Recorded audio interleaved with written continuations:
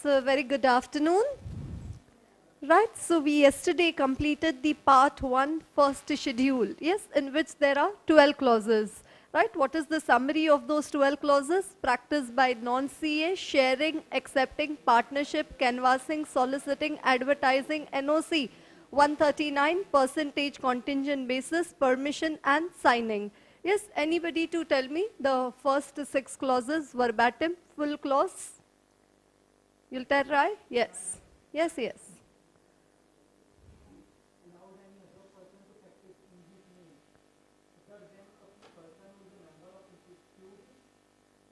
Hmm. Yes.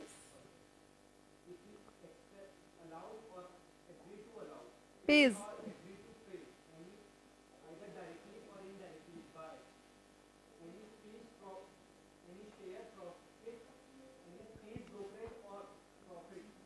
Share, commission or brokerage in the fees or profits.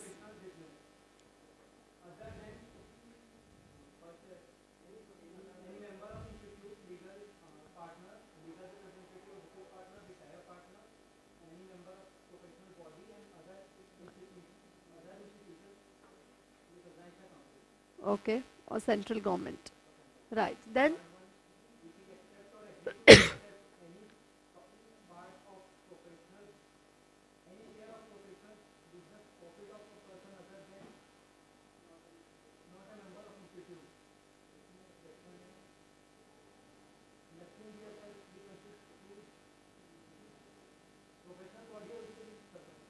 member of any other professional bodies and specified qualified persons. 4.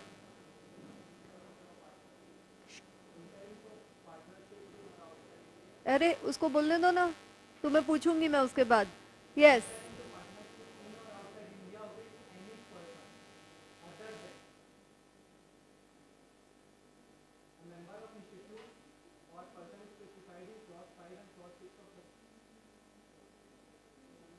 Member of any other professional bodies and specified qualified persons. Right. हाँ, 5th and 6th point. Okay, okay, okay. हाँ, 156. अच्छा, अच्छा. Right, right. ठीक है. Clause 5.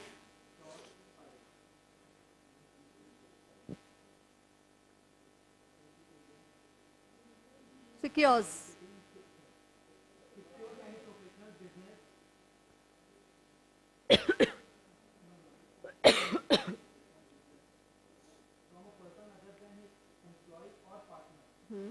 Or through means which are not open to a CA.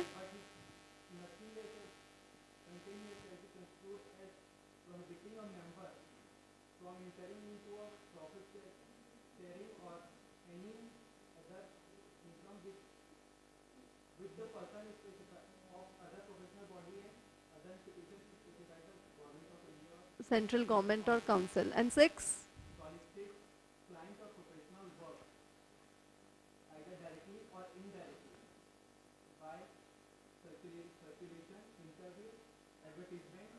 Circular, advertisement. हाँ मतलब not ज़रूरी.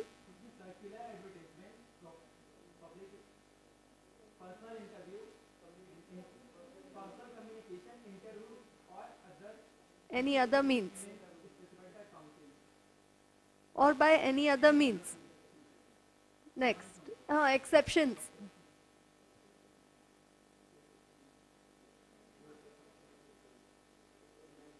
Two exceptions to 611 now.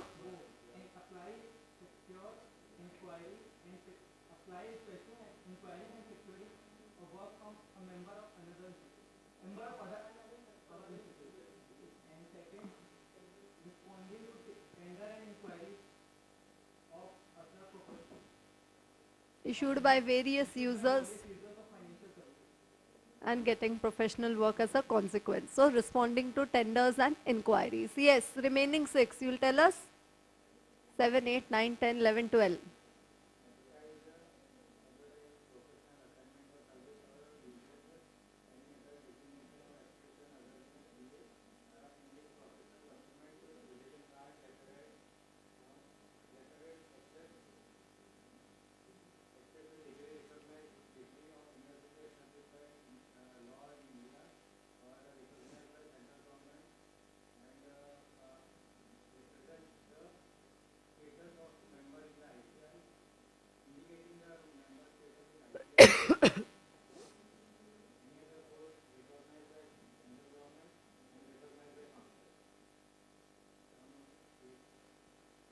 One more exception, 711.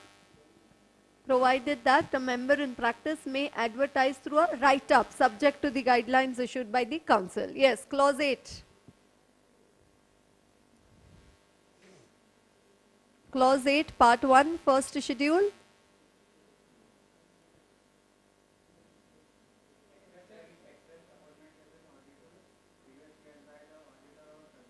By another CA under the restricted certificate rules 1932. Yes, what? No exception, that is okay. But what does it say? Accepts a position as an auditor previously held by another chartered accountant without first communicating with him in writing. Yes, you'll tell us clause 9? No, piche. Yes. No? No? Okay. Yes? No? You? Position is an 8.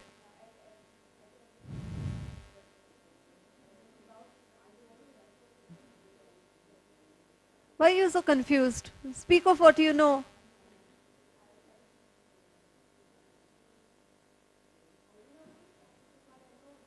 You, your neighbor, clause 9? No.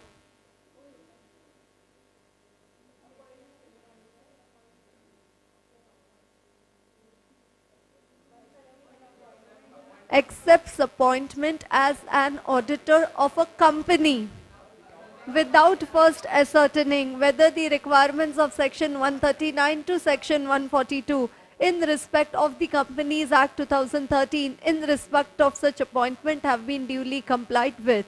Yes, ये आगे. Yes, clause 10 बताओ. You only. हाँ. No, अच्छा. You want to try? You say हाँ. Wording. This will not give you any marks in the exam. Charge fee or percentage contingent basis नहीं चलेगा.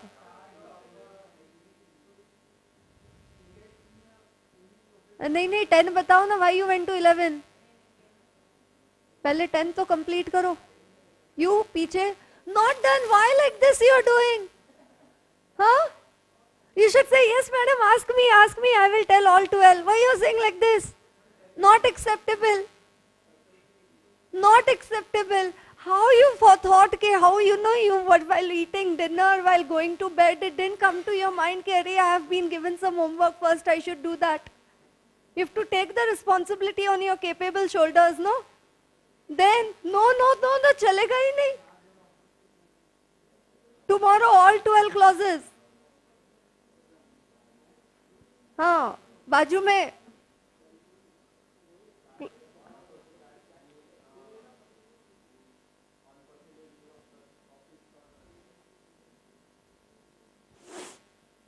नहीं किया.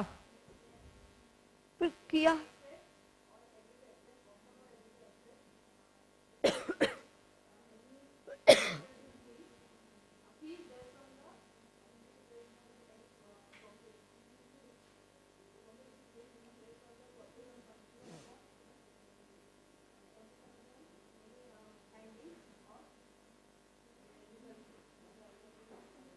Yes.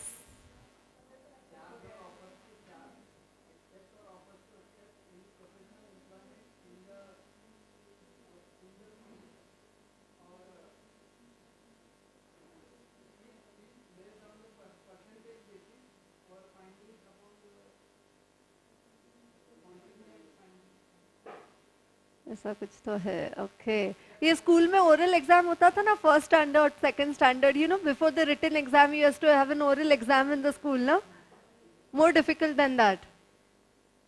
यस. आगे. You have done? नो? नहीं किया? Not done? Okay. Yes. Those of you who've come right now. Not done?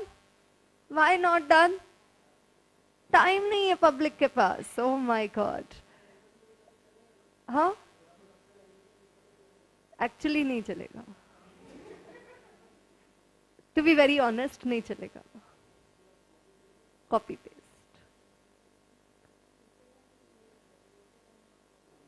ऐसा कुछ नहीं, ये तो सब बोल दे, जिसको आता है वो कैसे भी कर लिख बोल सकता है।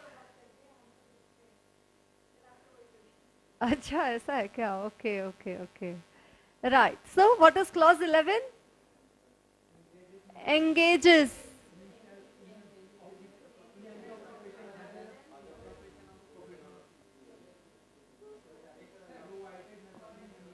You should, try to, maybe even though if you don't like it, but like how I speak in the class now, how I say in the class, no, the clauses, you should copy me after going home. You should do my acting and show to somebody. And even though if it's fun for you, it's okay for me. But as long as you learn the clauses, that's more important for me. So the way I say in the class, you should go and repeat at home. And what we said, engages in any other business or occupation other than the profession of chartered accountancy, unless permitted by the council so to engage, provided that nothing contained herein shall disentitle a member from being a director other than managing whole-time director, unless he or his partners are interested in such a company as an auditor. Right? Clause 12, last one.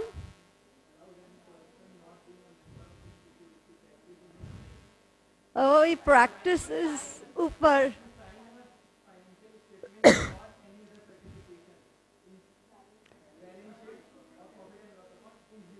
Report on financial statements. Allows any person to sign, and allows any person not being a member of the institute in practice, or being a member no, but not being his partner, to sign on his behalf or on behalf of his firm any balance sheet, profit and loss report on financial statements corresponding to section 26, unqualified persons not to sign documents. Okay, so that is the part 1 first schedule. Yes, what are the 12 clauses in part 1 first schedule? Allows any person to practice in his name unless such person is also a CA in practice and is in partnership or employed by him.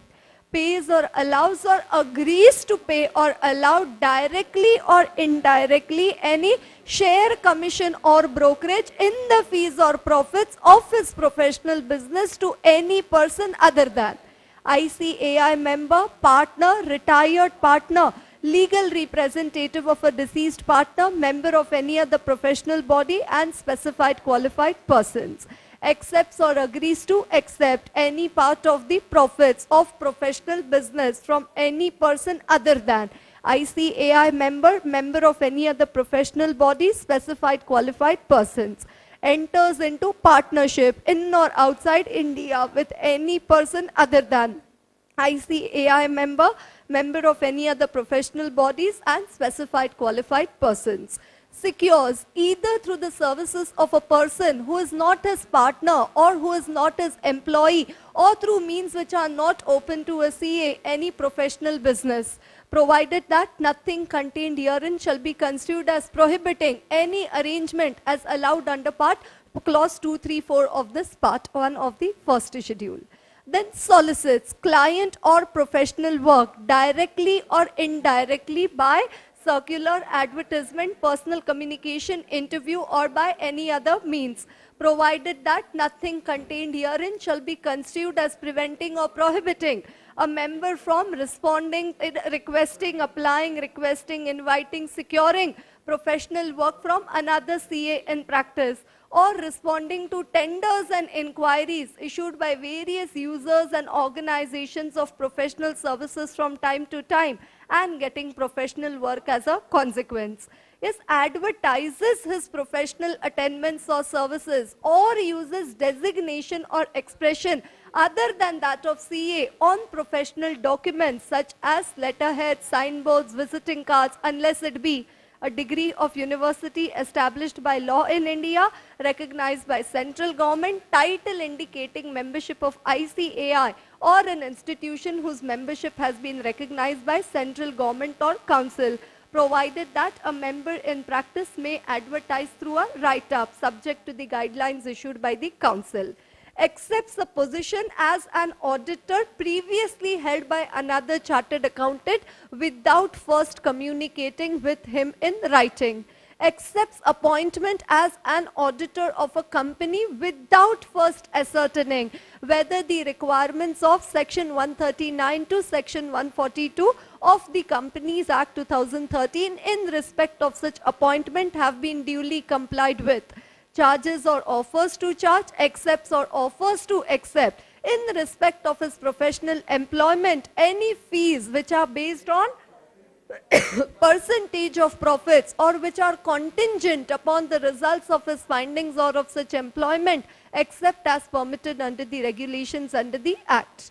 Engages in any other business or occupation other than the profession of chartered accountancy unless permitted by the council so to engage, provided that nothing contained herein shall disentitle a member from being a director other than managing whole-time director unless he or his partners are interested in such company as an auditor, and allows any person to sign on his behalf, allows any person not being a member of the institute or being a member but not being his partner to sign on his behalf or on behalf of his firm any balance sheet, profit and loss report on financial statements. Okay, हो गया, accept कुछ नहीं है, routine matters ना accept.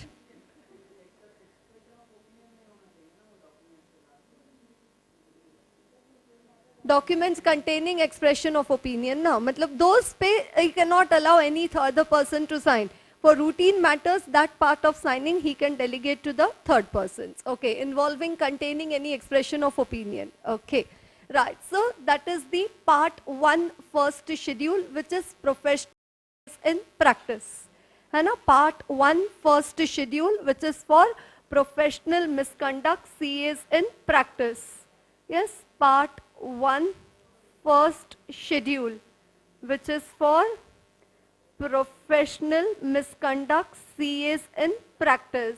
Can anybody tell me what is clause 2 and 3 of part 1 of first schedule?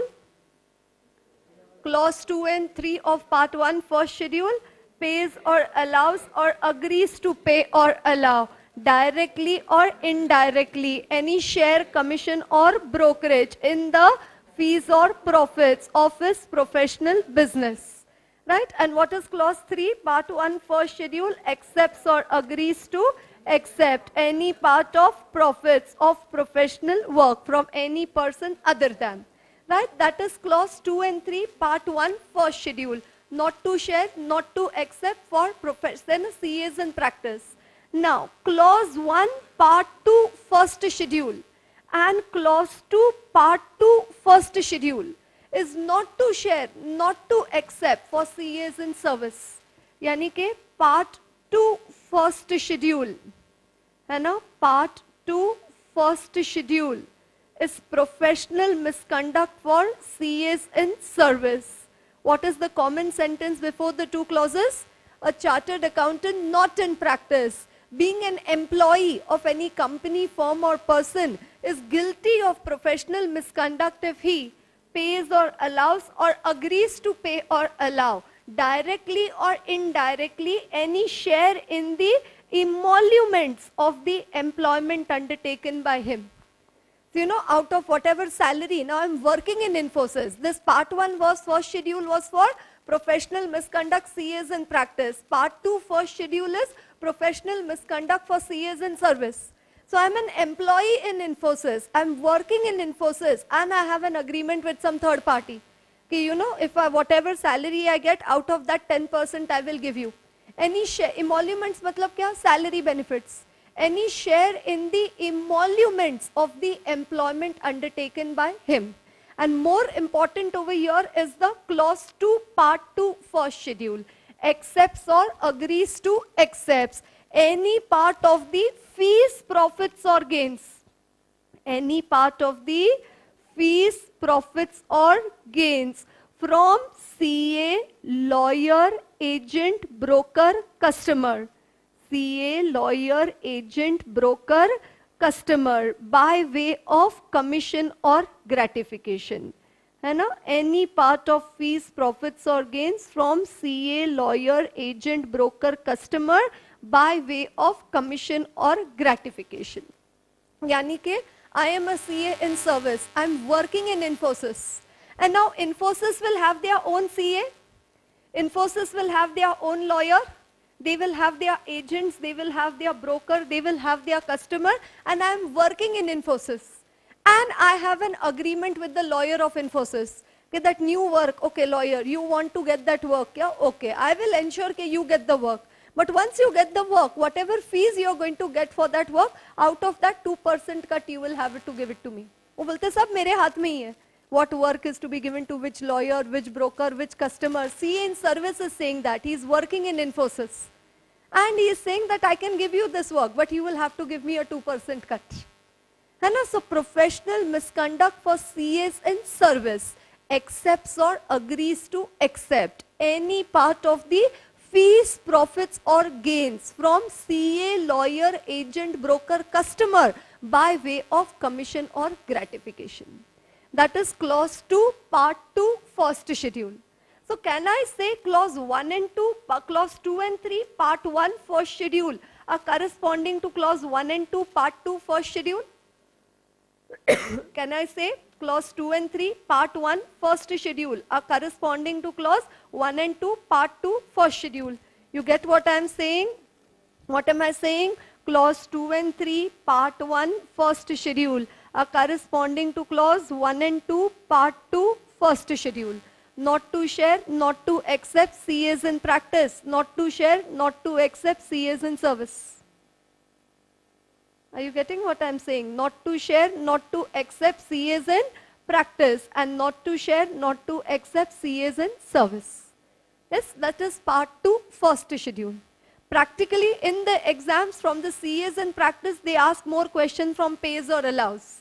यानी कि sharing के part से they've asked more questions. You've seen a legal representative of the deceased partner or sole proprietor died or article position is not good. That is why 1% over and above the stipend he is giving share in profits.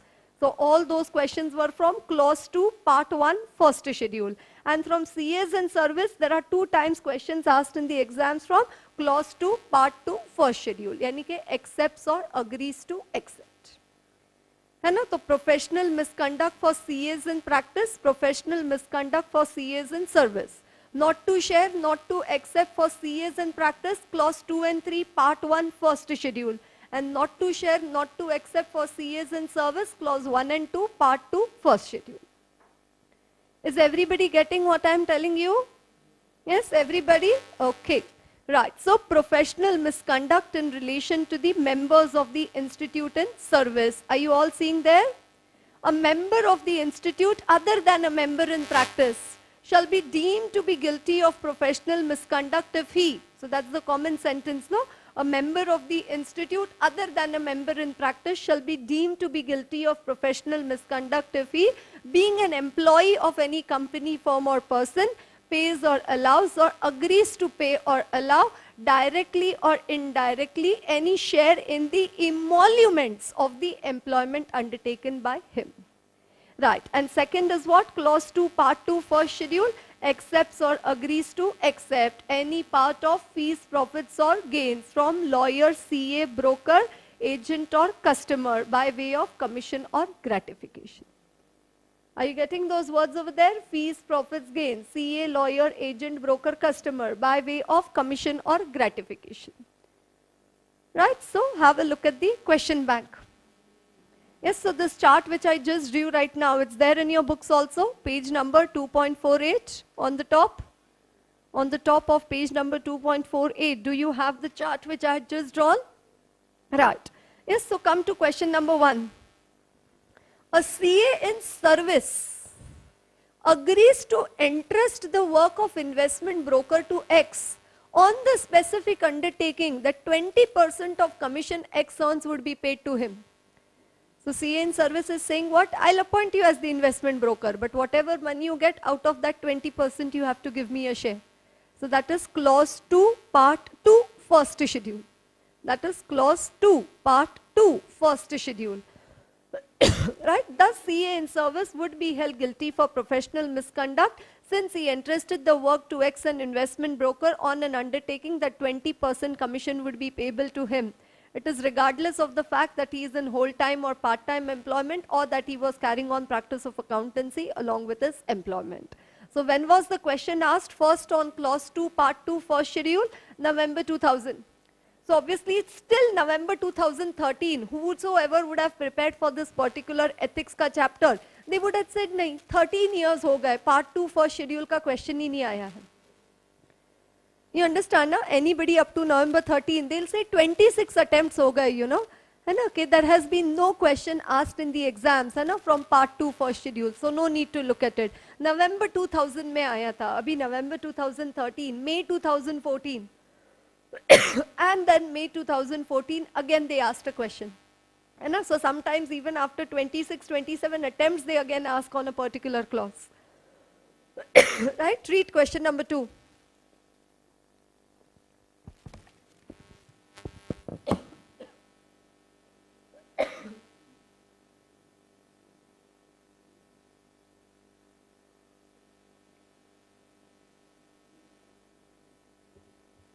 A CA holds a COP while in employment also. Yes, employment, matlab being CA in service, recommends a particular lawyer to his employer in respect of a case. He tells his boss, you know, boss, I know a very bhari lawyer, I will bring him. Apna kaam usi ko denge. Why he is insisting so much that I know a very bhari lawyer, we will give the work, he is going to get commission or gratification. No? The lawyer, out of the professional fee received from the employer, paid a particular sum as referral fee to Mr. C. Right, so again, according to clause 2, part 2, first schedule, a member of the institute other than a member in practice shall be deemed to be guilty of professional misconduct if he, in the present case, and therefore C is guilty of professional misconduct. Does everybody understand part 2, first schedule? What is part 2 first schedule? Not to share, not to accept for CAs in service. Right. So then after that, now I come to part 3 first schedule. So do you have it in your books or do you want to write it? It's there, no, in the books. Okay. Right. So then I now come to part 3 first schedule. Now I come to part 3 first schedule. What is part 3 first schedule? Professional misconduct generally. Professional misconduct for CA, whether in practice or not. A chartered accountant, whether in practice or not, shall be deemed to be guilty of professional misconduct if he. Yes, do you remember section 24 of the Chartered Accountants Act? Section 24, I discussed a few sections, no? In that one was the section 26, unqualified persons not to sign documents. And one was the section 24, penalty for falsely claiming to be a member. You're not a chartered accountant, but you're telling everyone that you are a chartered accountant. You remember cartoon artist? You understand? Or you're not a practicing CA, but you're telling everyone कि अपना बहुत बड़ा practice है. That I am a practicing chartered accountant. Then where are you guilty? It says under section 24, 1,000 subsequent conviction, 5,000 imprisonment or both. Okay, now, you're not an FCA. You're not a fellow member. You have not been in continuous practice for 5 years. You're not an FCA. But you're telling everyone, or you're using the designation FCA on your professional documents. You're not an FCA, but you're falsely representing that you are an FCA. Then you are guilty of professional misconduct under clause 1, part 3, first schedule. Not being a fellow acts as a fellow member of the institute. Not being a fellow acts as a fellow member of the institute. So, as you know, every 6 months, the new edition of the CA final audit books comes. And, they design the cover page. So on that, VK sir's name is there, and then after that, my name is there. You understand? Now, VK sir ke naam ke aage, it's written FCA and CPA. Okay, and MCOM, it's written over there. And now what generally, is done, copy paste now. So what they'll do, MCOM, FCA, they'll copy here also for me. You understand? And CPA, they will delete. Okay, and then this cover page came to me, for, verification purpose, for proofreading ke liye. Then I showed them, okay, no, I'm not FCA, don't write this over here. They saw ACA likha ke, FCA likha ke, it means one and the same. I said, no, you have to remove this F, you have to make it A. I told them, मैं बच्चों को class में पढ़ाती हूँ. Not being a fellow acts as a fellow member of the institute. You understand? No. So not being a fellow, you are not a fellow member, but still you are representing that you are a fellow member of the institute, then guilty of professional misconduct under clause 1, part 3, first schedule. Is everybody getting that? Not being a fellow. Not being a CA, saying that you are a CA, section 24. Not being a practicing CA, telling everyone that I am practicing CA, section 24. Not being a fellow, acts as a fellow member of the institute, falsely acts as an FCA, that comes under clause 1, part 3, first schedule. Are you getting that? Next one. I received a letter from the institute. That eagle emblem is there on the top. I received an envelope from the institute. I opened the envelope and I saw there was a letter written inside it. And in the letter, the institute had asked me for some information. They had asked me that please provide us the data. Okay, as on 1st of April 2016, how many articles are registered under you? Example I am telling you, okay, institute sent me a letter asking me, okay, as on 1st April, how many articles are registered under you? Or yesterday I gave you that example, no? Okay, when I applied for COP, then institute asked me, okay, how many hours are you working with AS Foundation every day? You understand what is your date of joining AS Foundation? So did I require, receive a letter from the institute asking me for certain information? And if I don't reply to the letters of ICAI, if I don't supply the information called for by ICAI and or its functionaries, then I am guilty of professional misconduct under clause 2, part 3, first schedule. Does not supply the information called for or does not comply with the requirements asked for by ICAI and or its functionaries. Does not supply the information called for. So institute asked me, how many articles are registered under you? How many hours are you teaching at AS Foundation? Since what date are you working at AS Foundation? And I didn't reply only to the letters of the institute. 2-3 emails I got, still I didn't reply. Then guilty of professional misconduct under clause 2, part 3, first schedule. Does not supply the information called for or does not comply with the requirements asked for by ICAI and or its functionaries. Who comes under the functionaries of ICAI? One, the committees, the council and its various committees. Then after that, the board of discipline, the disciplinary committee, the appellate authority, the quality review board, all of this which we've seen in the sections. Remember, board of discipline if the matter is related to first schedule, disciplinary committee if the matter is related to for second schedule or both schedule. Then quality review board, section 28, council and its committees. So ICAI and or its functionaries means what? The council and its committees, board of discipline, disciplinary committee, appellate authority and quality review board. Any of these call for certain information from any chartered accountant, whether in practice or not. And if you fail to provide the information to ICAI, then you are guilty of professional misconduct under clause 2, part 3, first schedule. What are the wordings of 231? Does not supply the information called for or does not comply with the requirements asked for by ICAI and or its functionaries. Is everybody getting that? Okay. Yes. Can you tell me the 2 exceptions to 611? Clause 6, part 1, first schedule. Can you tell me the 2 exceptions to 611? Within the CA fraternity, applying, requesting, inviting, securing professional work from another CA in practice. And second exception? Very good. Responding to tenders and inquiries issued by various users of professional services. So responding to tenders and inquiries. And what was the exception to 711? Right, provided that a member in practice may advertise through a write-up. So as per 611 and 711, can I invite work from another CA? Can I advertise through a write-up? Yes, can I, respond to tenders and inquiries? Okay, for an example, can I have a website of my CA firm under 611? Right, can I give a write-up of my firm, write-up of the employee under 711? Okay, I had given you this example before also. In the write-up, can I write the number of employees working in my firm? In the write-up, am I allowed to write how many employees are working in my firm? Yes. How many employees are working in my firm? 40. What if I write 40 in the write-up? No problem at all. What I have written in the write-up, there are 80 employees working in my firm. Then I am guilty of professional misconduct under clause 3, part 3, first schedule. You understand? Say in the write-up, I have given what achievements and awards I have received so far. Then where am I going to be guilty? In the write-up, I have given, I have got a lifetime achievement award. You know, I have got some young business leadership award. So I have given the achievements and awards which have been held. Then where will I be guilty? 711. Because it is not allowed to be given only. And what is not allowed to be given, if I give that, then I am guilty under 711.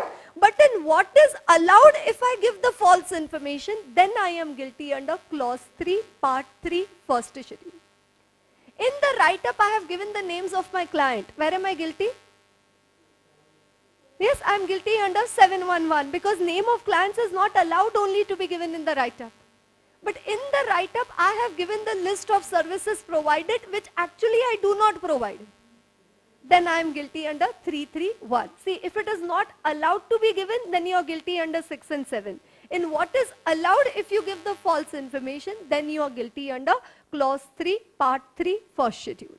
What does it say? While inviting work from another CA, or while responding to tenders and inquiries, or while advertising through a write-up, or anything as contained under 6 and 7 of part 1 of first schedule, provides any particulars knowing them to be false. Provides any information knowing it to be false.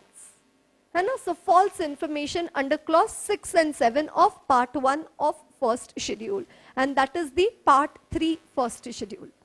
What are the 3 clauses in part 3 first schedule? Not being a fellow, acts as a fellow member of the institute, does not supply the information called for or does not comply with the requirements asked for by ICAI and or its functionaries, and gives false information under clause 6 and 7 of part 1 of first schedule. What is first one? Not being a fellow, acts as a fellow, does not supply information to ICAI, and gives false information under clause 6 and 7 of part 1 of first schedule. Right? This is the part 3 first schedule.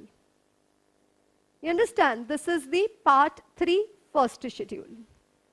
Is everybody getting that? So that is why it was so much of my urge to you, to complete the 12 clauses of part 1 of first schedule. Because now life is getting complicated, clause by clause.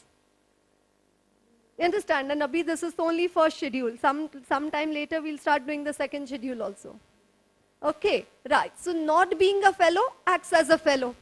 Does not supply information to ICAI. Institute को reply नहीं देते हो. हिम्मत तुम्हारी. Clause 2, part 3, first schedule.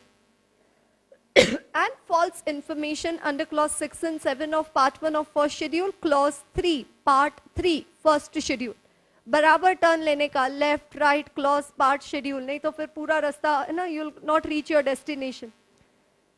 Are you getting that? So that is the part 3 first schedule. Let us look at it in the books. Professional misconduct in relation to members of the institute generally. Yes, are you all with me? A member of the institute, whether in practice or not, shall be deemed to be guilty of professional misconduct if he. Yes, everyone? Clause 1, part 3, first schedule, not being a fellow, acts as a fellow of the institute.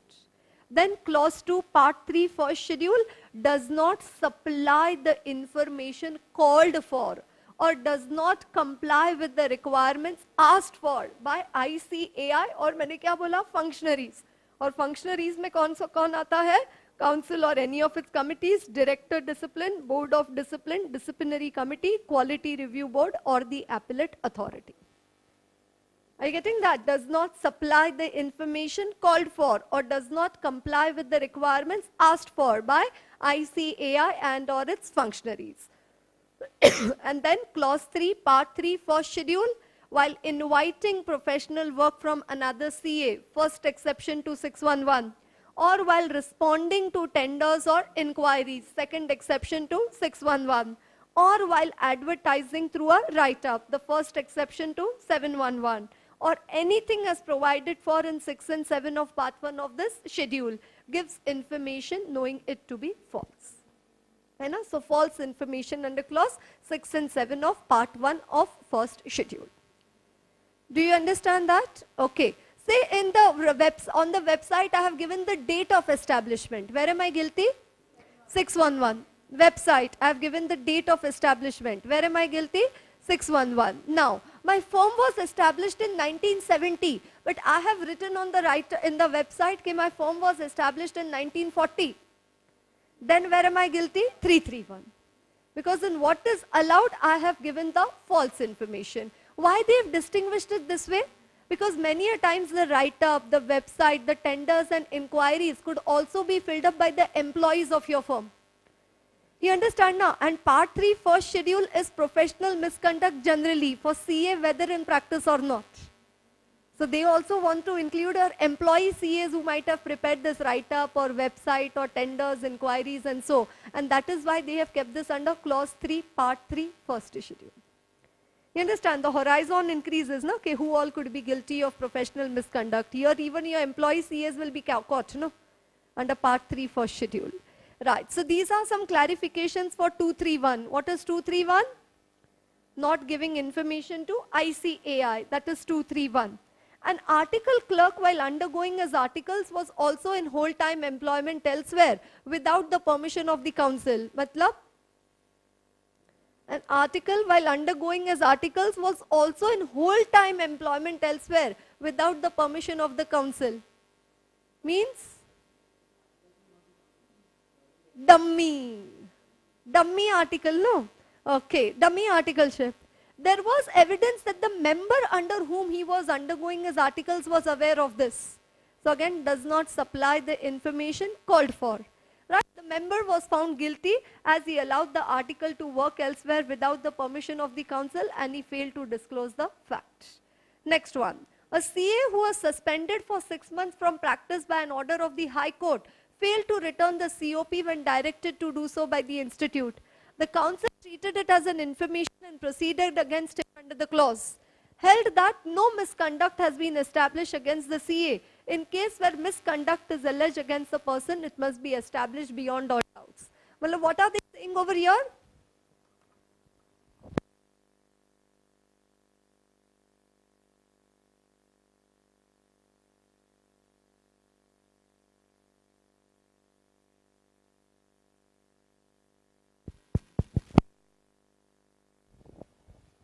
Right, so what are they saying over here? The CA was suspended by the High Court and he did not return his COP to the institute. But it says as long as he did not practice as a chartered accountant, not only,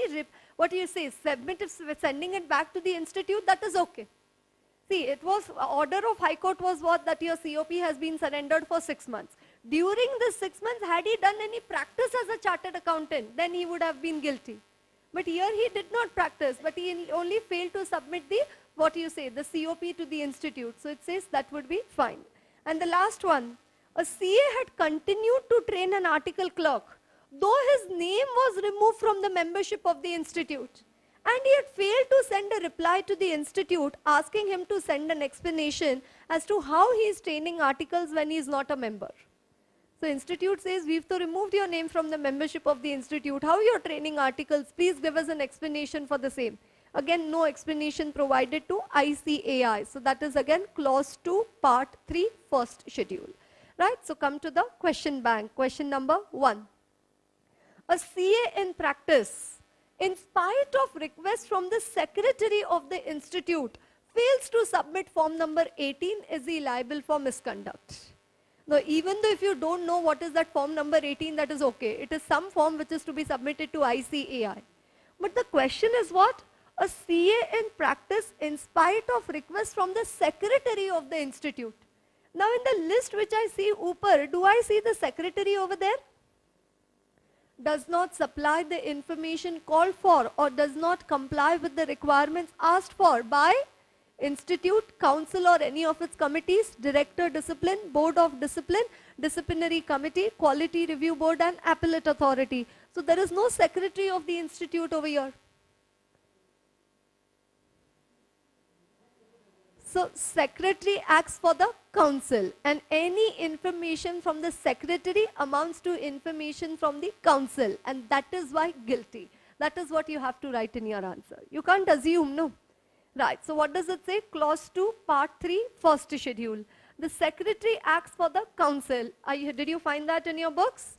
Hence, request from the secretary amounts to a request from the council. Besides, it's also a contravention of the CA regulations. Thus, failure to submit form number 18. What is form 18? When the article is a minor, it constitutes professional misconduct. He fails to reply regarding the date of leaving the services of the firm. So again, institute asked him, okay, what was the date on which you left the services of the firm? And again, he did not supply the information called for. And that is why, again, guilty of professional misconduct under 231. Right, next one, question number 3. Right, so time and again, they keep on remembering this question.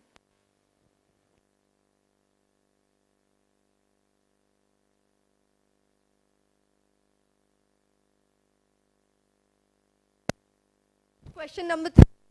Number 3, see, the drafting is so dangerous. And the drafting of the question is so dangerous. Mr. G, while applying for a COP, okay, do you know to whom do you need to apply for COP? To the institute. And while applying for a COP, did not fill in the columns.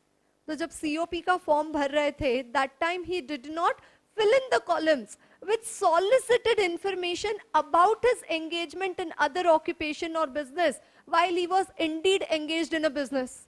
Half of the students, half knowledge is always dangerous. Solicited, 611. Some more dangerous, other occupation or business, 1111. You understand? No, you should not go looking only at the words. No, I told you, when I had applied for my COP, they had asked me, are you working elsewhere? Yesterday I told you this now. So वैसे ही यहाँ पे बोल रहे हैं कि while applying for a COP, he did not fill in these columns. Like, say when I applied for my COP, I did not write only that I'm working at AS Foundation or something like that. Are you getting? So that does not supply the information called for. Then the moment you get the answer to any question immediately, you should again read it. क्योंकि यार इतना आसान question पूछने वाली तो institute हो ही नहीं सकती है. है ना? While applying for a COP, and I think I have not told it in your class so far, whenever you read any ICAI question, there are 2 words which you need to keep in mind. One, you need to read the question peacefully. And second, you need to read the question peacefully.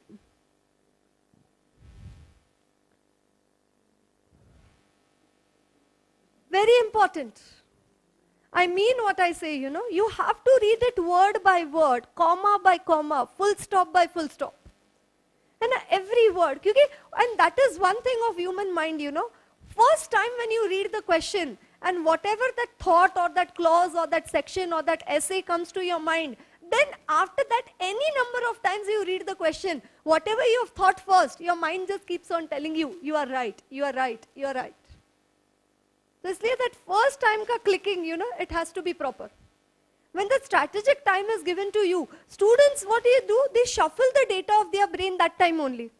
What they do? They see, देखने दे क्या आया paper में, question number 1. अच्छा, ethics में क्या आया? अच्छा, short note में क्या आया? अरे पूरा पेपर तुम्हारे पास ही आगे 3 घंटे के लिए. Why you are being so much in a hurry? You understand? No, 15 minutes very peacefully, word by word, you keep on reading. What are they saying? What all you think, whatever section you think, whatever standard you think, whatever clause you think, just keep on pointing it out over there. You understand? No, right, because see, this question was a very dicey one. While applying for a COP, so there only you have to stop. To whom do we apply for COP? To the institute. He did not fill in the columns. Oh, he is not filling the information while filling up the, so while applying for COP to ICAI. So I think it is 231, and then you read the remaining part. With solicited information about his engagement in other occupation or business while he was indeed engaged in such business. Yani ki he has not supplied the information called for, and that comes under 231. Does everybody get that? That is part 3, first schedule. What is part 3, first schedule? Professional misconduct generally. है ना, whether in practice or not. Not being a fellow, acts as a fellow. Does not supply information called for or does not comply with the requirements asked for by ICAI and or its functionaries and provides false information under clause 6 and 7. What we have seen so far, okay, 3 times institute has asked a question on 231 only. है ना, 131 and 331, no question asked so far. You understand, no? But only 231, they have asked a question 3 times in the exams. Okay, so that is part 3, first schedule. And then now I come to the part 4, first schedule. Are you all with me? Right, now I come to the part 4, first schedule. Part 4, first schedule is other misconduct generally. A chartered accountant, whether in practice or not, shall be deemed to be guilty of other misconduct if he, है ना, a chartered accountant, whether in practice or not, shall be deemed to be guilty of other misconduct if he is held guilty by any civil or criminal court for an offense which is punishable with imprisonment for a term not exceeding 6 months. यानी के imprisonment up to 6 months. Where is the chartered accountant going to be guilty of other misconduct? Clause 1, part 4, first schedule. है ना? What does it say? Is held guilty by any civil or criminal court for an offense which is punishable with imprisonment for a term not exceeding 6 months. So imprisonment up to 6 months for any reason, civil or criminal offense. है ना? What does it say? For any reason, whether in practice or not. So CA in service or CA in practice. है ना? Whichever reason it be.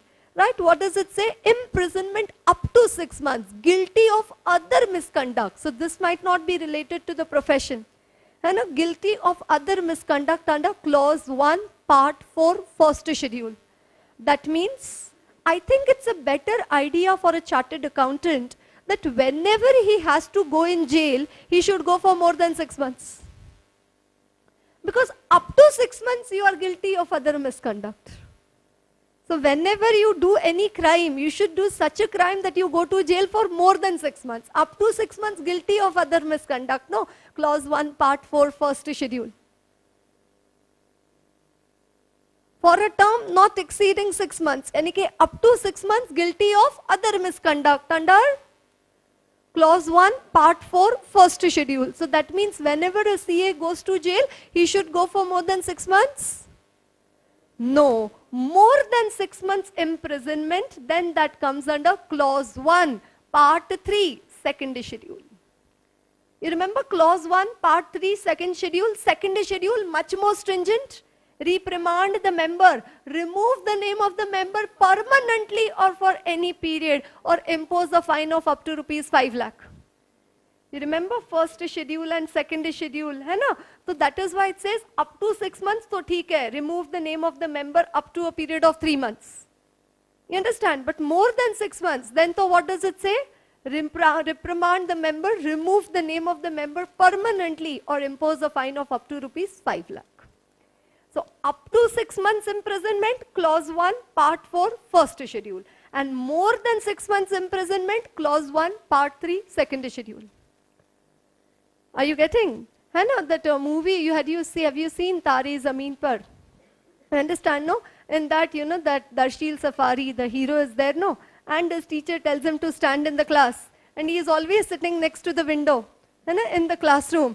And his teacher tells him to stand and tells him, "Okay, read what is written in your books." And then he tries to read.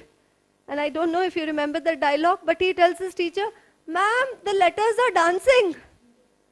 You understand? He says, "Okay, all of a sudden from the class he goes to the space." So likewise, what happens with the students when they start studying ethics, the clauses start dancing. They can only see 1, 2, 3, 4. You know, 1, 2, 3, 2, 2, 1, 1, 2, 2. You understand the variety which comes. And after some time we will be having, you know, 1, 1, 1, then 1, 2, 1, 1, 3, 1, 1, 4, 1. Then we'll be having 1, 1, 2, then 1, 2, 2, and then 1, 3, 2.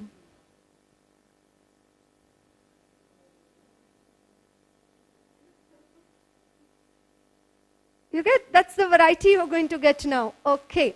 Right. So that is clause 1, part 4, first schedule. Imprisonment up to 6 months. Okay. Right. Yes. So there is a grandfather in the family and there is also a grandson. You understand? This grandfather, say 85, 90 plus. Okay, so this grandfather has now written his will, you know, Hindu undivided family, 5, 6 uncles and 3, 4 aunts and huge family, okay. And now grandfather had to hand over the will to somebody, no. Okay, so now, you know, his grandson, one of the grandson, he became a chartered accountant in this May 16 exams. And so July 16, the result came and then grandfather is so proud. You know, my grandson, you know, my pota is a chartered accountant. So what he decides to that grandson, who is a CA, to that grandson, I will hand over my will. And then he gave the will to the grandson. And now grandson somehow, you know, he was tempted to look at the will. Okay, let me see what grandpa has written, who's what property, how much I have got, how he has distributed the property. And then when he read the will, he thought it was very disappointing. There is hardly any land, hardly any property written against his name. So what he does, he forges the will of his relative. Forge, you understand? Unauthorized changes. And he forges the will of his relative. He forges the will of his grandfather. This, he did it in his personal life. Has this got something to do with his client or his professional work or his practice as a chartered accountant? Not at all. ये उनके घर की बात है. He forged the will of his relative. But the question which the institute has, oh my God, CA did like this. Right, so that is guilty of other misconduct under clause 2, part 4, first schedule.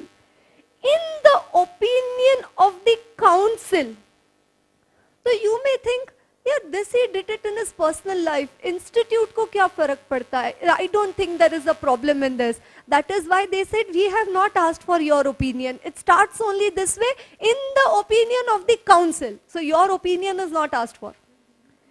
In the opinion of the council, brings disrepute. Brings disrepute to the institute or to the profession as a result of his action, whether or not related to his professional work. Whether or not related to his professional work. That is clause 2, part 4, first schedule. In the opinion of the council, so your opinion not asked for. In the opinion of the council, brings disrepute. You remember IOC CPT? What was that IOC CP for? P was for what? Professional behavior. So it says you should avoid any such behavior which might bring disrepute to the profession. And if you bring disrepute to the profession, then you are guilty of other misconduct under clause 2, part 4, first schedule. In the opinion of the council, so your opinion not asked for, brings disrepute to the profession or to the institute as a result of his action, whether or not related to his professional work. That is guilty of other misconduct under clause 2, part 4, first schedule. And that is the part 4, first schedule. Imprisonment up to 6 months and disrepute. Are you getting? Imprisonment up to 6 months and disrepute. Okay, right. Now have a look at it in your books. Yes, are you all with me? Part 4, first schedule. Other misconduct in relation to the members of the institute generally. A member of the institute, whether in practice or not, shall be deemed to be guilty of professional misconduct if he, other misconduct, yes, you are awake, no? Deemed to be guilty of other misconduct if he is held guilty by any civil or criminal court for an offense which is punishable with imprisonment for a term not exceeding 6 months.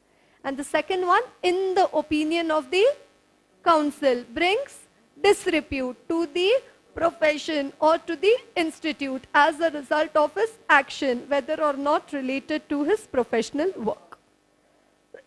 Right. Now here these ethics, they have given some illustrative examples.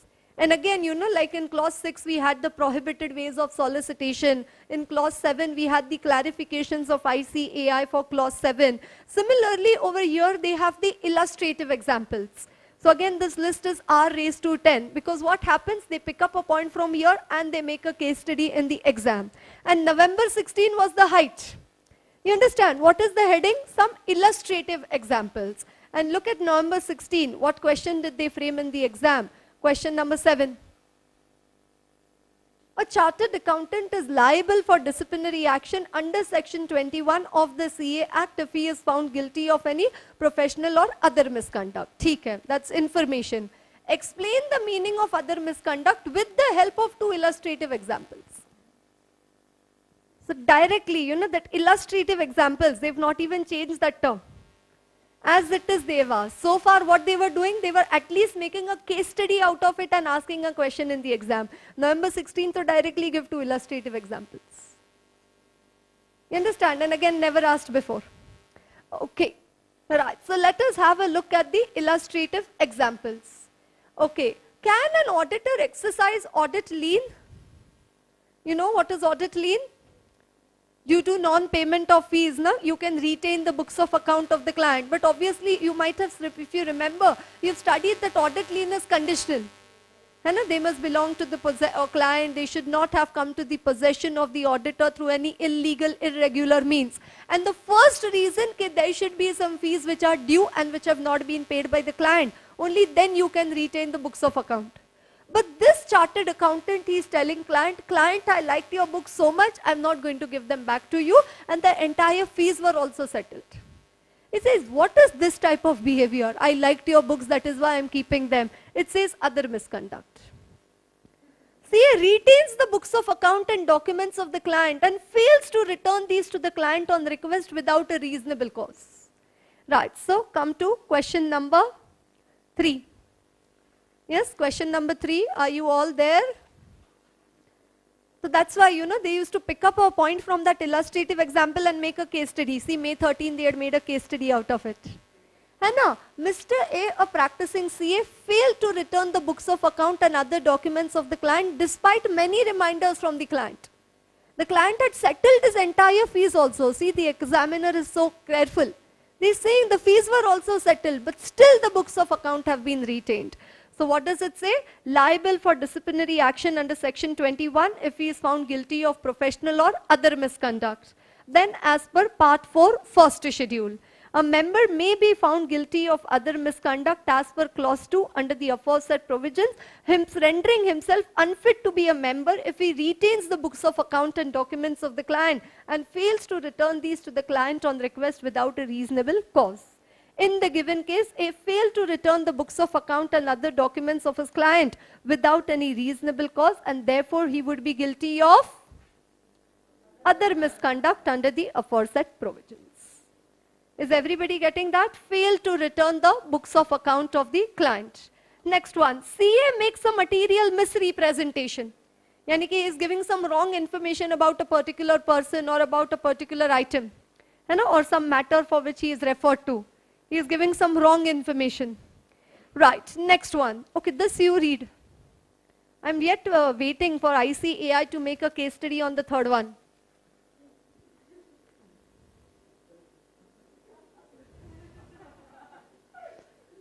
So next time you can, now your articleship is over. Otherwise you could have told your boss, boss 241.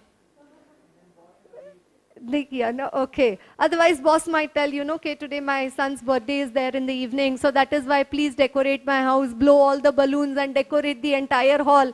Tell boss, I am not going to blow balloons and decorate your hall.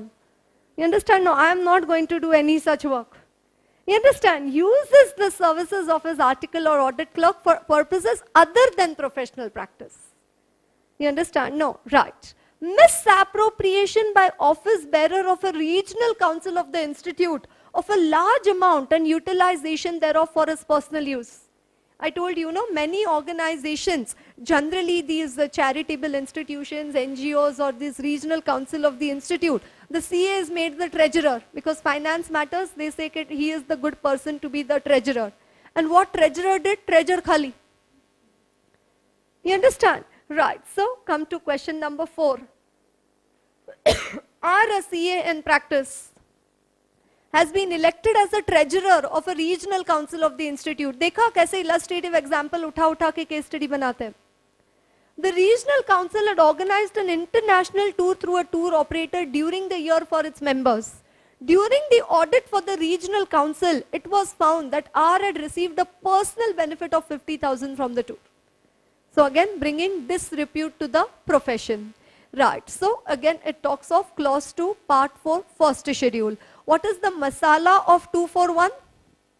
Accordingly, a CA is expected to maintain the highest standards of integrity even in his personal affairs, and any deviation from these standards calls for disciplinary action. Highest standards of integrity even in his personal affairs, and any deviation from these standards calls for disciplinary action. Do you get that? Right? The council has said, and therefore R would be liable for disciplinary action. Yes, clause 2, part 4, first schedule. Right, next one. Not replying, yes, I am again at the illustrative examples. Not replying within a reasonable time and without a good cause to the letter of the public authorities. If I don't reply to the letters of ICAI, where am I guilty? 231. If I don't reply to the letters of the institute, where am I guilty? 231, clause 2, part 3, first schedule. If I don't reply to the letters of the public authorities, like say SEBI, RBI, FEMA or so, then where am I guilty of other misconduct? 241. Not replying within a reasonable time and without a good cause to the letter of the public authorities. So if I don't give information to ICAI, 231. If I don't reply to the letters of the public authorities, then 241. Okay, next one. Certain assessment records of the income tax department belonging to the client of the chartered accountant were found in the almirah of the home of the CA. CA के घर पे client के income tax के assessment के records you found out. Again it says guilty of other misconduct. Yet to make a case study on this one also. And last one, C adopted coercive methods on a bank for having a loan sanctioned to him. He is telling the branch manager, okay, if this loan is sanctioned, your return and that branch manager ka return, after return, I will file it for free. You understand? Yes, come to question number 1. Are a CA in practice approached the manager of a nationalized bank for a loan of 25 lakh? He has also informed the manager that if the loan is sanctioned, the income tax return of the manager and the staff will be filed without charging any fee as a compensation, quid pro quo, for the loan sanctioned. That is compensation for the loan sanction. कि ये loan sanction हो गया तो तुम्हारा return I will file it free. Right? So that is again 241. Then what is the masala? Accordingly, a CA is also expected to maintain the highest standards of integrity even in his personal affairs, and any deviation from these standards calls for disciplinary action in the present case, and therefore R will be held guilty of other misconduct. Right, read question number 2.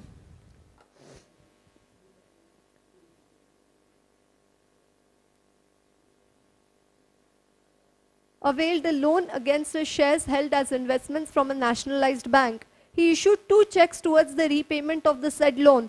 Both the checks were returned back by the bank with the remarks refer to drawer. Means what?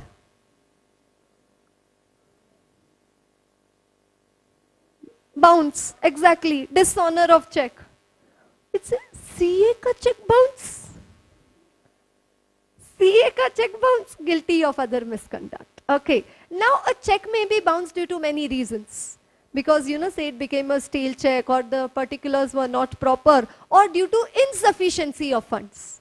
And it says if the check has bounced due to insufficiency of funds, then he is guilty of other misconduct. Okay, boss, you are a chartered accountant. When you issue a check to a third party, at least you must ensure na, whether that much balance is there in your account or no. Right. So if it bounces for any reason other than insufficiency of funds, then it will not come over here. What does it say? If due to insufficiency of funds, see the last line in the answer. If it is proved that the checks were dishonored due to insufficiency of funds, the CA would be held guilty of other misconduct. Due to insufficiency of funds, then the CA would be held guilty of other misconduct. Do you get that? Right, so question number 3, 4. Yes, question number 5. Look at this chartered accountant. RTP November 12. So again, more focus. Yes, read question number 5.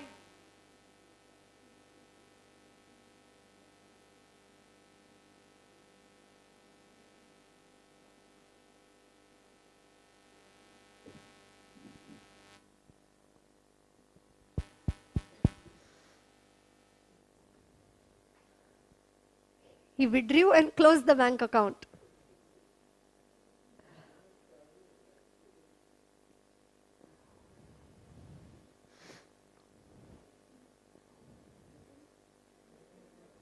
Yes, should the bank? Yes, the act of Mr. I will certainly bring disrepute to the profession. And hence under this clause, the bank can file a suitable complaint with the ICAR. See, I'm just telling you as an example. Okay, you don't go back up to RTP November 12. May 17, November 17, if you write the attempt. When will you reach up to November 12 RTP on your own, when you start studying? Ideally, you should. But say if you don't go to. And then say May 17 exam, this question comes. So how does it look like? New question has been asked. But then if you dig out, you see RTP November 12, now they've put the question in the exam. Understand? And that is what happens. And the approach is altogether different. When you know you have seen such a question before, and when you see a question for the first time. And the level of comfort in writing the answer is altogether different. Only if you've seen the question, even though if you don't know the answer. If you know I've seen this question, I don't know this answer, but still the level of comfort is high. Right, read question number 6. YKS and Company, a proprietary firm of CA, was appointed as a concurrent auditor of a bank. YKS used his influence, for getting some checks purchased and thereafter failed to repay the loan overdraft. Right, so again bringing disrepute to the profession, highest standards of integrity. This brings disrepute to the profession. This act of YKS is not pardonable, hence will be guilty of other misconduct under 241. Right, so relatively, again, you have been seeing more questions in the exams from 241. More questions in the exams have been seen from 241. Right, and that is the entire first schedule of the, to the Chartered Accountants Act. Yes, we have done the part 1, 2, 3, 4. Part 1, 2, 3, 4 of the first schedule. To the Chartered Accountants Act. Right, what is clause 1 and 2, part 2, first schedule? Sharing, accepting for CAs in service. What is part 3, first schedule?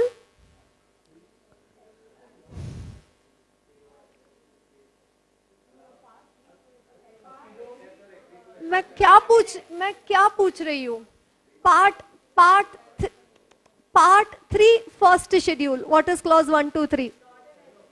Not of FCA, acting as an FCA.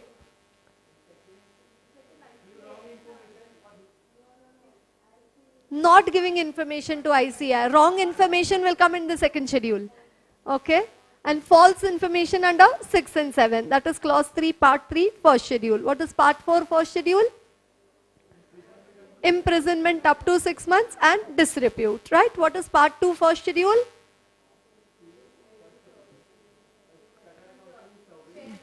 Sharing and accepting for CAs in service. Part 4, first schedule. Imprisonment and disrepute. Imprisonment up to 6 months and disrepute. Part 3, first schedule. 3 clauses. Not a fellow, acts as a fellow. Does not supply information to ICAI. false information under 6 and 7, right? So what is the entire first schedule?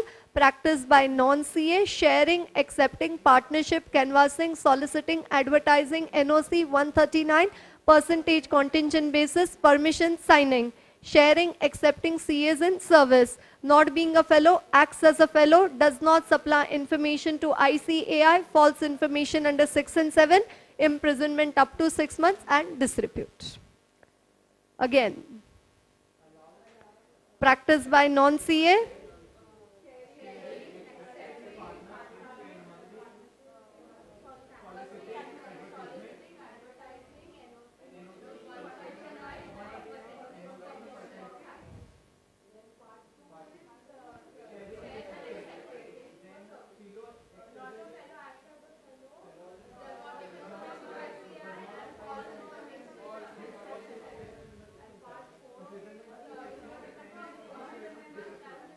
okay.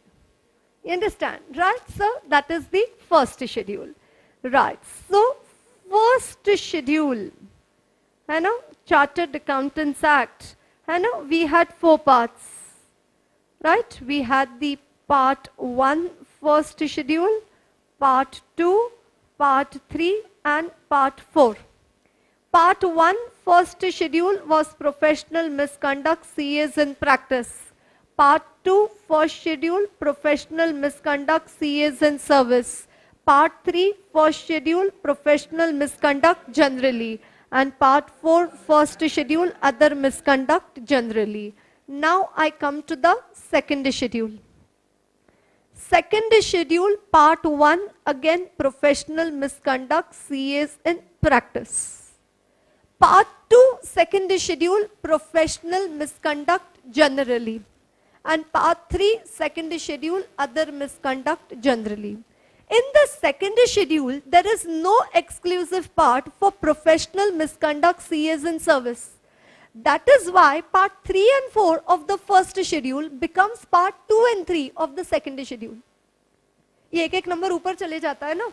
That is why part 3 and 4 of the first schedule becomes part 2 and 3 of the second schedule. Because in the second schedule, there is no exclusive part for professional misconduct, CAs in service. That is why part 3 and 4 of the first schedule becomes part 2 and 3 of the second schedule. Does everybody get what I say? Right, here we had 12 clauses, 2 clauses, 3 clauses and 2 clauses. Here we have 10 clauses, 4 clauses and 1 clause. Yes, can you tell me that one clause? Imprisonment for more than 6 months. I did it with clause 1, part 3, second schedule. So now what we are left with is professional misconduct, CAs in practice, 10 clauses and professional misconduct generally 4 clauses. Part 1 second schedule and part 2 second schedule. Everybody getting what I am saying? Have you understood what are the parts regarding what? And which schedule, what are the parts? First schedule, you have 4 parts. Second schedule, you have 3 parts over there. Professional misconduct, CAs in practice, and the common sentence, so now you know only. Professional misconduct generally and other misconduct generally. So actually, part 1 first schedule is also professional misconduct, CAs in practice, and part 1 second schedule is also professional misconduct, CAs in practice. But there is a broad difference between these two. Part 1 first schedule was generally talking about your practice as an independent professional. Okay, with whom can you enter into partnership, with whom can you share your fee, how can you advertise, what about charging of fees, how to percentage contingent basis not allowed, what other work can you do with your CA ka practice, that you should take an NOC from the outgoing auditor, that who should sign the audit report. So generally talking about your practice. But now specifically talking about your work as a chartered accountant in practice, that is part 1 second schedule. You understand? You did not follow the standards on auditing while doing the audit. You failed to obtain sufficient appropriate audit evidence which is required for expression of opinion. You breached the confidentiality. You disclosed the secrets of the client to the third parties. Then now you are doing gadbad in your work. And gadbad in a problem in the work, that comes under part 1 second schedule. Gadbad in your practice, that comes under part 1 first schedule. And gadbad in your work, that comes under part 1 second schedule. It says, ek time practice mein gadbad, so we can understand. Remove the name of the member up to a period of 3 months. But gadbad in your work, it says that cannot be pardonable. So that could also lead to remove the name of the member permanently or for any period.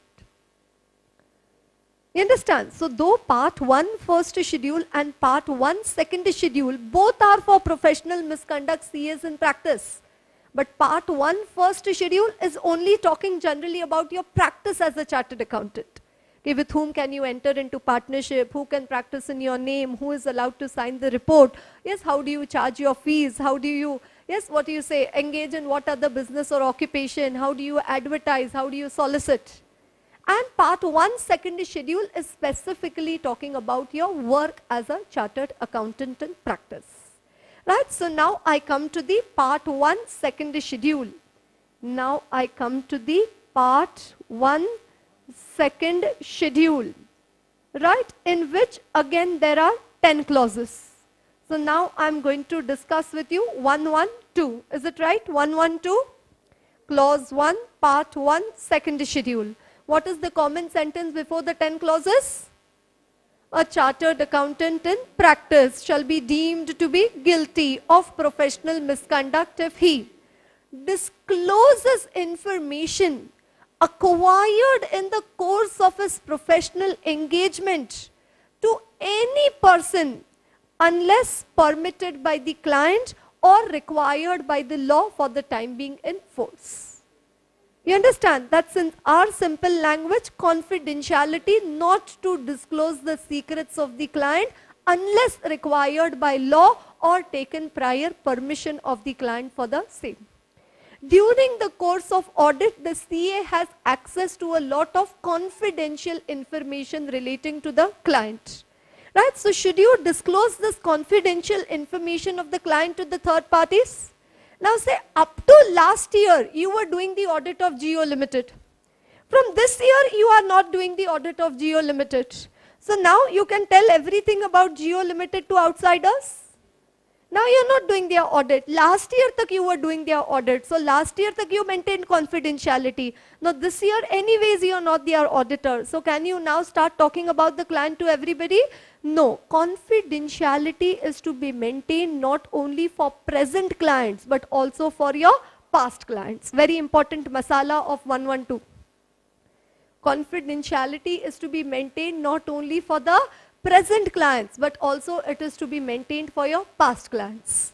What does it say? Not to disclose the secrets of the client unless required by law or taken prior permission of the client for the same. You understand now? IOC CPT. So that CPT ka C was for confidentiality. What are the wordings of 112? Discloses information acquired in the course of his professional engagement to any person other than his client unless permitted by the client or required by the law applicable for the time being in force. Okay, now during the course of audit of Geo Limited, one thing I've already told you, confidentiality is to be maintained for present clients as well as for past clients. Now, during the course of audit of Geo Limited, you came to know example about some tax frauds being committed by Geo Limited. Example, during the course of audit, I am now at a very important discussion from 112. During the course of audit of Geo Limited, you came to know about some tax frauds which have been committed by Geo Limited. So the moment you come to know about these tax frauds being committed, should you immediately call up the income tax officer and inform him about the tax frauds being committed by your client? Hello, should you immediately pick up the phone and see this client, they've done 20 crore ka tax evasion, you come over here urgently, send them a notice? Do you have a tie-up with the income tax department, CA? Yes, what does it say? No duty to inform the authorities about, no social service. No duty to inform the tax authorities about any fraud being committed about which you come to know during the course of your audit. But what does it say? it is also no duty of the CA to shield matlab to save, to shield the client from the consequences of fraud.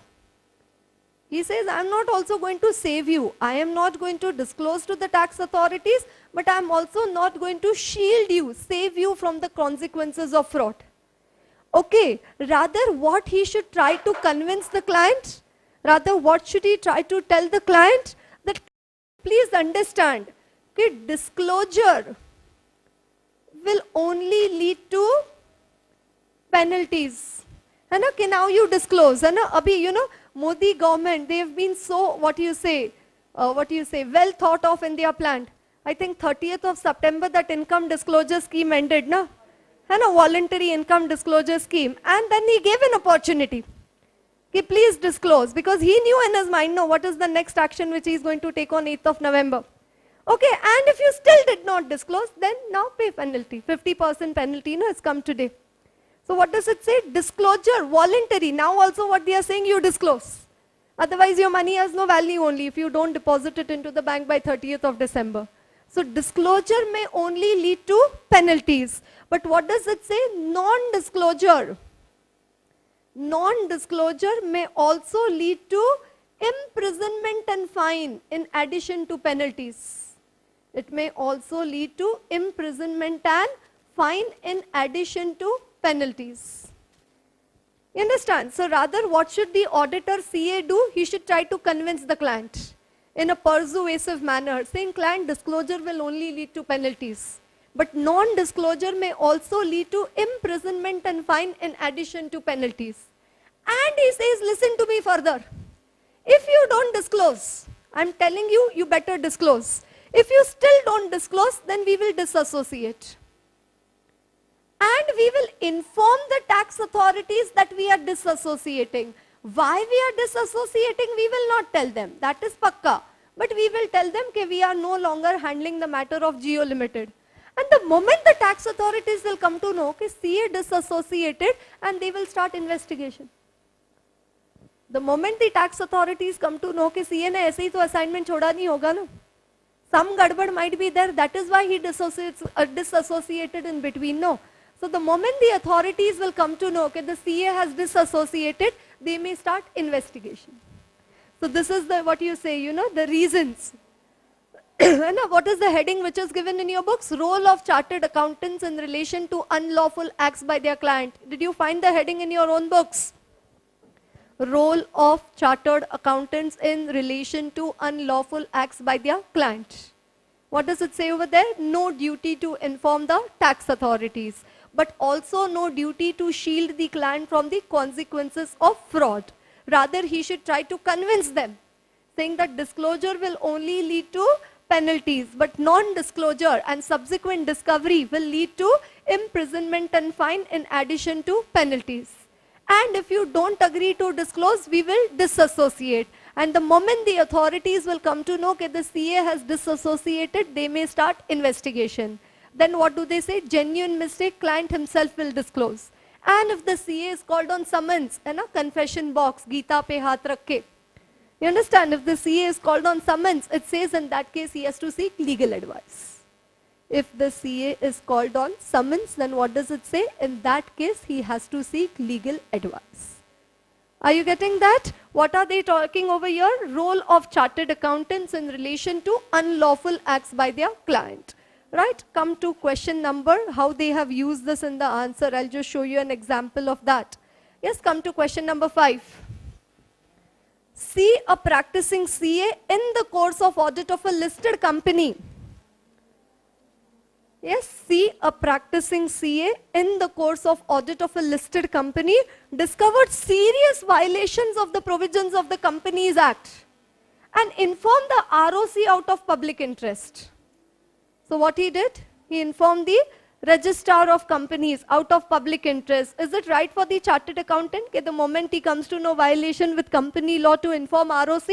No. So clause 1, part 1, second schedule. Then what does it say? Such a duty continues even after the completion of the assignment. I just told you, confidentiality is not to be maintained only for your present clients, but also for your past clients. Then the CA may, however, disclose the information if it is required as a part of performance of his professional duties. Then in the given case. Now look at the nice line in the answer. Instead of disclosing the violation to the ROC directly, he should impress on the client that disclosure may only entail penalties and non-disclosure and subsequent discovery may entail imprisonment and fine in addition to penalties. This is what sentence though which we studied over there. Okay, disclosure will lead to penalties, but non-disclosure and subsequent discovery will lead to imprisonment and fine in addition to penalties. And then such a nice sentence. He should mention the violations in his report instead of informing the ROC. What does it say? You mention it in your report, no? Rather than informing the ROC. Thus, it is a professional misconduct. Are you getting how did they use that sentence in the answer? Disclosure will only lead to penalties. Non-disclosure may also lead to imprisonment and fine in addition to penalties. And instead of disclosing the violation to the ROC, he should have put it in his report. Are you getting that? Okay. Right. Then after that, next one. Okay, I'm discussing this chart with you now. You understand? Yes, this chart which is there in your books, I'm now discussing that chart with you. Right. Fraud relates to previous year. Fraud relates to the current year. Fraud relates to previous year. Previous year was audited by some previous auditor, some other CA. Some other CA. And previous year also you only did the audit. So it was the same CA. You understand? So there was a fraud in 16. Who had done the audit for 16? Some another auditor. So what you should do? You should advise the client to disclose. However, you can continue for the current year. But you have to be extra careful while doing the audit for the current year in order to check whether past behavior has not been reflected in the current tax matters also. Because last year there was a fraud. But is there an obligation to continue? He can continue, but is it compulsory that he has to continue? No. However, but there is no obligation to continue. Fraud relates to previous year. Previous year was audited by some another auditor. What does it say? You advise client to disclose. This is uncorrected misstatements related to previous year. And somebody else had done the audit for the previous year. So what you do? You inform the client to disclose. However, you can continue for the current year. But you are under no obligation to continue. If you find it risky, you may withdraw. And if you continue, then please be extra careful. Okay, whether the past behavior has not been reflected in the current matters. Because inka history of fraud hai na. Second one, fraud relates to the previous year and you had only done the audit last year. So now again what you will do, advise the client to disclose. And if they don't agree to disclose, then you will disassociate, you will withdraw. And you will inform the tax authorities that you are withdrawing. But will you inform them the exact nature of the fraud? Will you tell them the exact nature of the fraud? No, you will only inform them of the fact that whatever opinion we had expressed last year, now we are withdrawing our opinion. Why? Because you had only done the audit for the last year. Next one, fraud relates to the current year. What is one option you have? Again, advise the client to disclose. However, if they don't agree, then in that case, you will put it in the report. Okay, and they don't allow you to put it in the report. In that case, you may withdraw from the engagement. And once you withdraw, then you have no further duty. Once you withdraw, you said that we will put it in the report. They say, CA, no putting it in the report. So you withdraw. And once you, disassociate hi ho gaya na. And once you disassociate, you will inform the authorities that you are disassociating. But why you are disassociating, you are not going to inform the authorities. And once you disassociate, then no further duty. Right, so in the exam you have to see situation 1, situation 2, situation 3 and situation 4. On which situation is the question asked? First thing you have to check whether the fraud is related to previous year or current year. Then previous year, who had done the audit for the previous year? Another auditor or same auditor? Then current year, whether you're going to continue with the assignment or whether you're going to withdraw. If you're going to continue, then advise client to disclose. If they don't agree, then you put it in your report. And if they don't agree to put it in the report, you may decide to withdraw. And once you withdraw, then no further duty. Does everybody understand what I'm telling you? Right. Yes, come to question number 1. Abhaya becomes aware of a secret production process of the company developed at an enormous cost. She describes the same in detail to her brother, little aware that he will take advantage of this information to start a similar industry on his own. Yes, clause 1, part 1, second schedule, 112. And now what does it say? Discloses information acquired in the course of his professional engagement to any person other than his client, without the consent of his client or otherwise than as required by any law for the time being in force. Yes, since Abhaya has revealed the company's secret production process to her brother, she should be deemed to be held guilty of professional misconduct. Right, question number 2, read. XYZ Company Limited has applied to a bank for loan facilities. The bank, on studying the financial statements of the company, noticed that you are the auditor and request you to come to the bank for a discussion. In the course of discussion, the bank asked for your opinion regarding the company and also asked for detailed information regarding few items in the financial statements. The information is available in your working paper file. Working paper is the property of the auditor.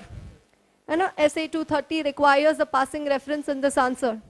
What should be your response and why? Yes, start writing as per clause 1, part 1, second schedule to the Chartered Accountants Act 1949.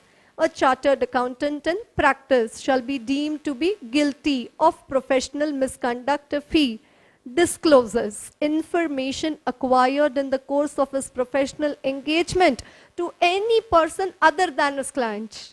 Yes, unless required prior consent of the client or required by the law for the time being in force.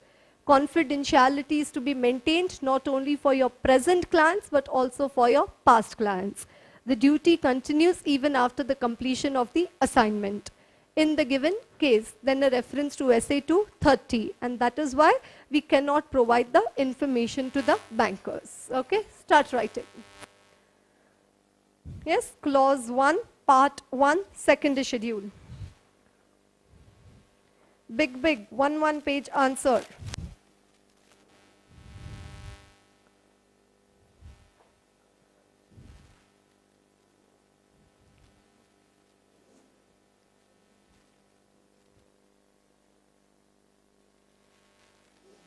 So is it required by law for you to give the information to the bank? No, not required by law. Let's start writing as per clause 1, part 1, second schedule to the Chartered Accountants Act 1949.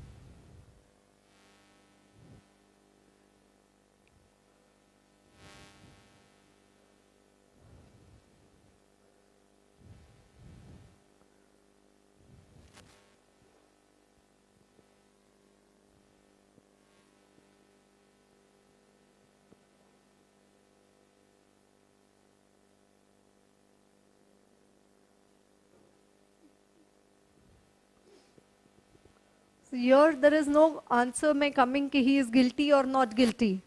Here what is it कि whether he is allowed to give the information to the bank or not allowed to give the information to the bank.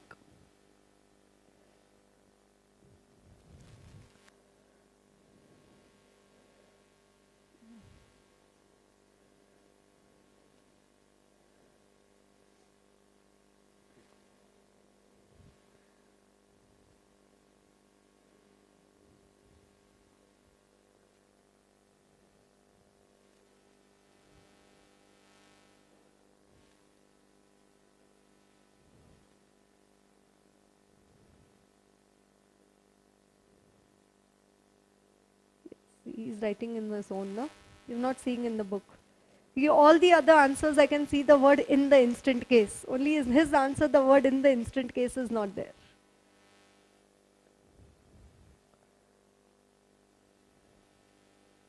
I was searching for a book which does not have the word in the instant case.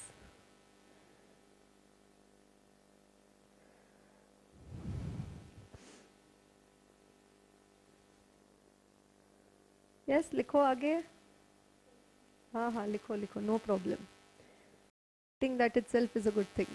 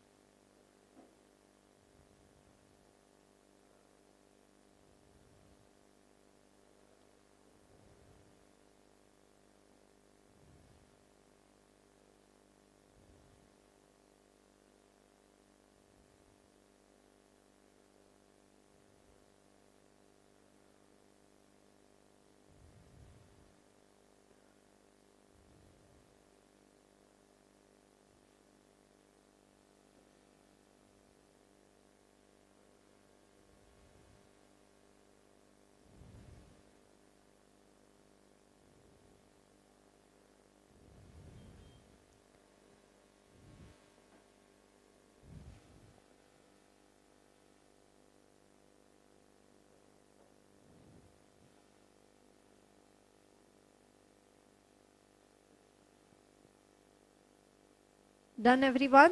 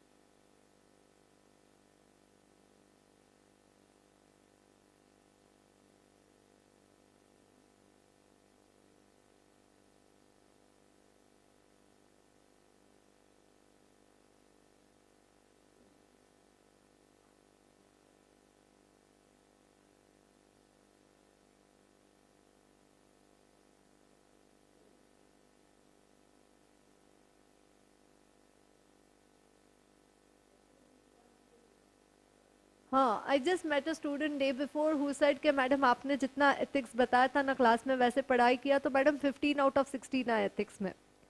But that's the other part के 49 आया total and then aggregate में he couldn't get over. But he said in ethics I got 15 out of 16. He had done virtual class pen drive लेके. So he was saying कि जैसे you told in the class I prepared. So even I come to know when you get the result. नहीं तो even I won't come to know. But then it does work. Ethics तो मतलब मेरा target is only कि ethics you should score very well. मतलब other topics also, but other topics में क्या है ना, it's very vast, the scope. This is like limited, and plus you have to develop a knack of writing the answer. You understand? Once you develop the knack, once you know relatively 20 clauses out of the 34, I told you na.